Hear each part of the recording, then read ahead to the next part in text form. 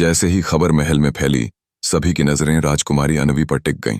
वह अपने पिता के कक्ष में आई। उसकी चाल में आत्मविश्वास था और आंखों में साहस। अनवी के खूबसूरत चेहरे पर एक गंभीरता थी जो लड़ाई की अनिवार्यता को दर्शा रही थी। अनवी हमेशा से एक बुद्धिमान और दयालु राजकुमारी रही थी, लेकिन उसकी एक और पहचान थी, युद्ध कला और रणनीति में उसकी गहरी रुचि। उसने अपने पिता राजा विराट से कई बार इस विषय पर चर्चा की थी। अब जब अंधकार की आहट सुनाई देने लगी थी, उसकी छवि और भी तेजी से उभरी। पिताजी, इस बार मुझे भी साथ चलने दीजिए, उसने गंभीर स्वर में कहा। विराट ने मुस्कुराते हुए उत्तर दिया, युद्ध में जाना कोई गर्व की बात नहीं बेटी।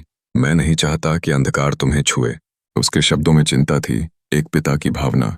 लेकिन अनवी ने आत्मविश्वास के साथ उत्तर दिया, लेकिन अगर अंधकार हमारे दरवाजे तक पहुंच आया है तो मैं उसे रोकने के लिए लड़ूंगी। उसकी आवाज में दृढ़ता थी, उसकी इच्छा शक्ति की शक्ति स्पष्ट थी।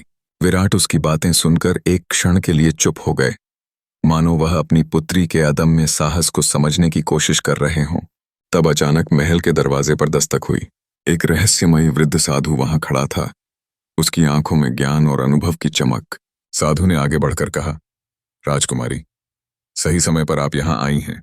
अंधकार से लड़ने के लिए केवल बाहुबल नहीं, बल्कि चित्त की शुद्धता भी आवश्यक है।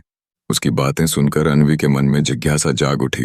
राजकुमारी ने साधु की ओर ध्यान देते हुए कहा, क्या आप मुझे मार्गदर्शन देंगे?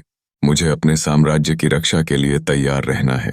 लेकिन साधु ने मुस्कुराते हुए सिर हिलाया और कहा, आपका साहस ही आपके सबसे बड़े हथियार है। इस मुलाकात ने अनवी के साहस को और मजबूत किया।